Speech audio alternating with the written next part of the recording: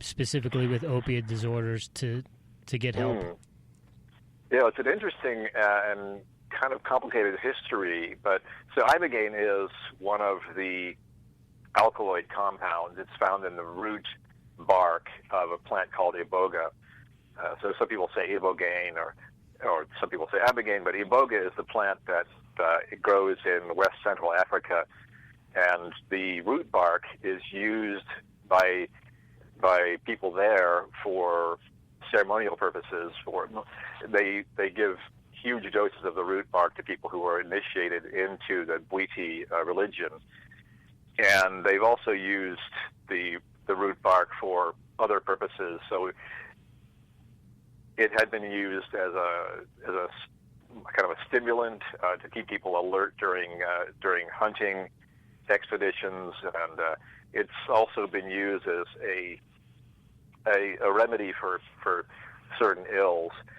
And only in the 20th century did this become something that was known to Westerners. I think Westerners, anthropologists and the people who were colonizing Western Africa, learned about the uses of iboga, and then in the 20th century, I think it was early 20th century, someone first synthesized or extracted the ibogaine from the root bark of the plant, and it had not been really known of or used very much for decades, but there were some uses in Europe. So in France there was a concoction called lambarine that you could buy. It was a low dose of ibogaine plus some other things, and it was to be used as a tonic or a kind of a restorative tonic.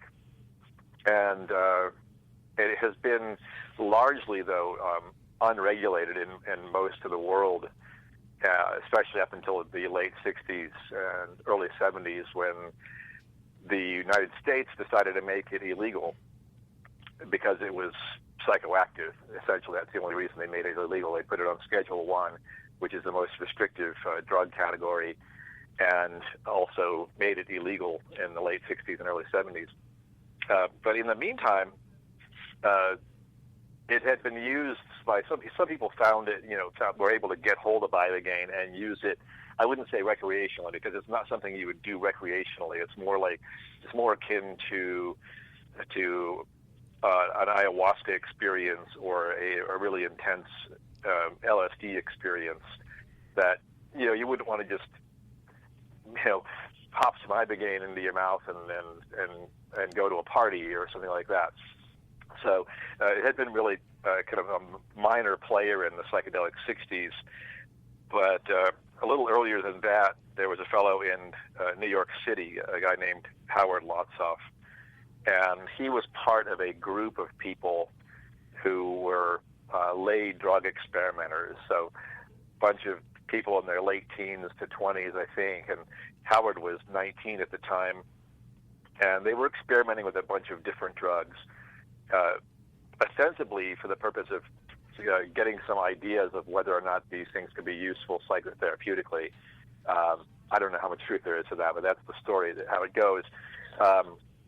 And Howard, among other things, had been using heroin, and he'd become a regular user of heroin. So he was using it daily to keep up with the habit that he'd created in himself.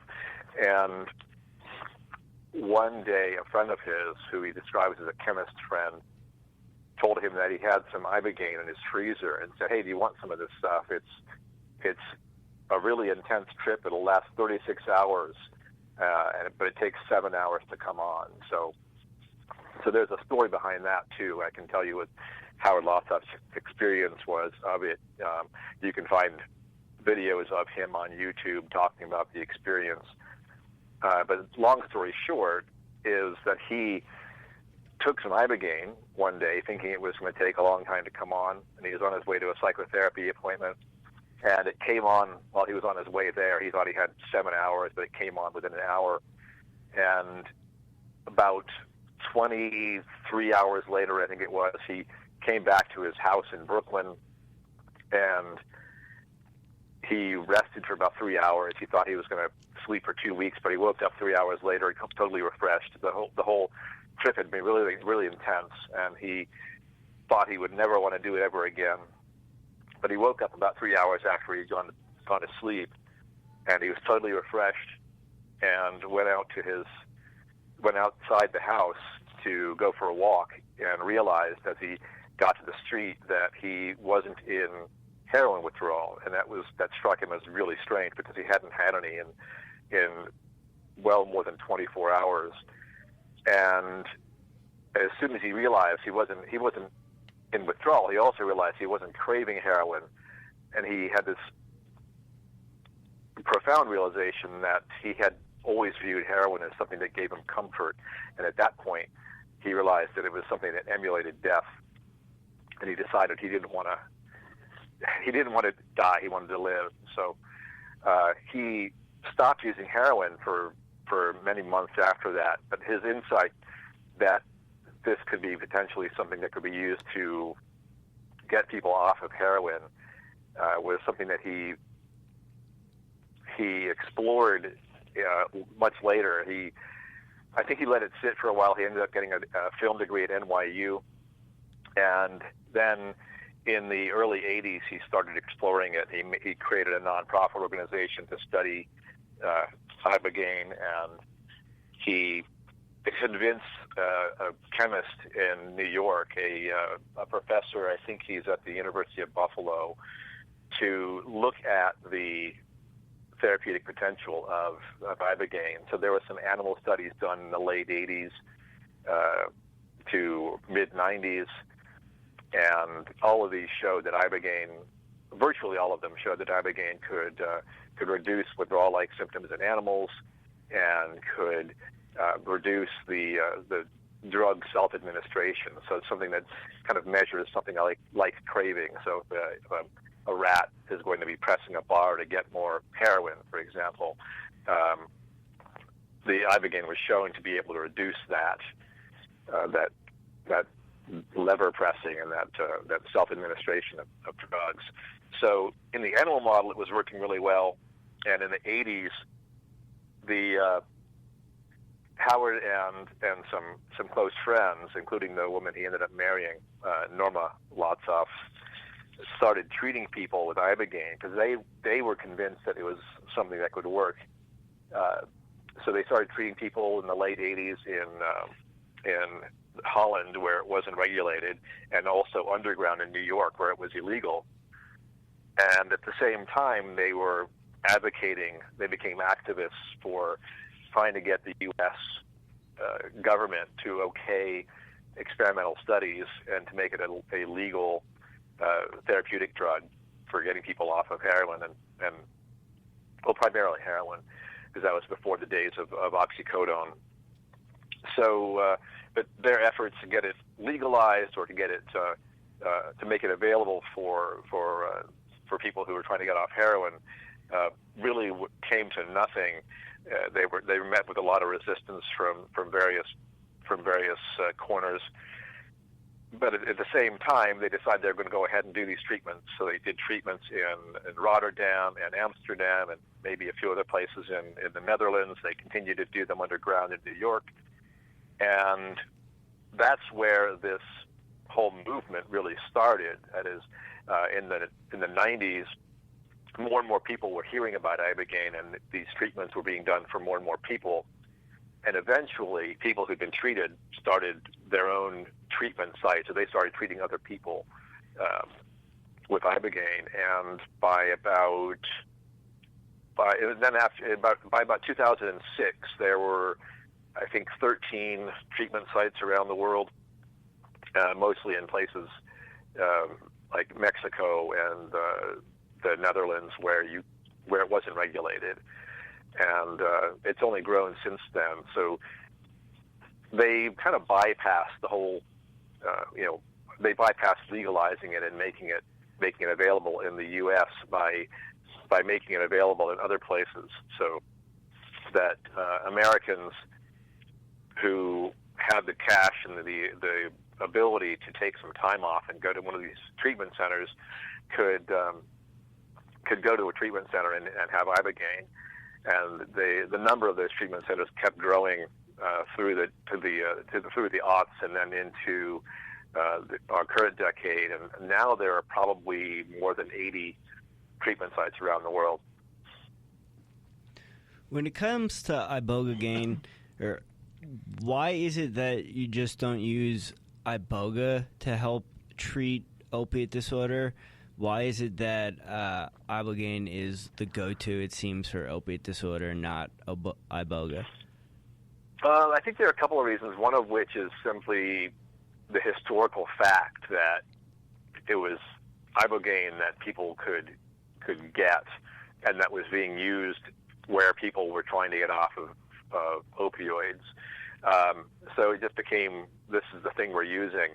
But another one, and the iboga is actually used for the same purpose, but it's not as widely used or as frequently used as ibogaine itself. And one of the main reasons for that is that you can't quantify it very well. You can't know for sure how much ibogaine is in there unless you do an assay of the root bark. Whereas if you extract it and you try to get as pure an ibogaine salt as you can, then you know what's in it, you know how much is in it, and you can dose people accordingly. The root bark, the amount of ibogaine in the root bark varies from plant to plant, and so from batch to batch you'd have different percentages of it. The other related thing is that in the root bark you've got 11 other related alkaloids that we don't really know what they're doing or how they interact, if they interact synergistically with other things or if there are other effects that are undesirable. So people have primarily used the ibogaine for those reasons. And so is it just an extraction from the bark, or are we now synthesizing this in a lab? Good question. Well, it's really primarily extracted from the root bark. It is possible to synthesize it, but it's very it's not an easy process. Traditionally has been, or historically has been a pretty difficult process to synthesize ibogaine. So nobody's done it until recently, when you could. A chemist named Christopher Jenks, who's up in Northern California, determined a synthetic pathway from something called volocangine. So this is something that's much more plentiful in Africa. There's a plant called Pangea africana, and it's very plentiful in Africa, and it has a much quicker maturation time than the iboga shrub does. So it's much easier to get volocangine, and then in a 5-step semi-synthesis, you can get from volocangine to ibogaine. And so it is much easier now to synthesize it, but I don't think that's being done very commonly. I think it's still mostly being extracted. And is the bark still just coming from Africa, or like, are they growing it? Can the bush be grown in places like Mexico or the Netherlands where these sorts of things are taking place? People are trying to figure that out. It is coming primarily from Africa, and there are some problems potentially associated with that, which is the possibility of resource depletion. But and there's also kind of a black market where you don't know what you're getting. But yeah, people have tried growing it in other places, and I know personally some people who tried growing it in Mexico, and I think they have been able to grow it in Mexico. But despite the fact that people have thought, oh, you know what, it would be great if we could just grow a whole bunch of this in Hawaii or in Sri Lanka or wherever, I don't think anybody's actually tried doing that on a large scale. So I'm not sure how viable that would be. And when it comes to ibogaine, how much of it is it that it helps it cure or help with the trauma that causes the addiction, or how much of it just helps cure the addiction itself? Well, I don't think that's a question I can really tease apart. So it's I think it's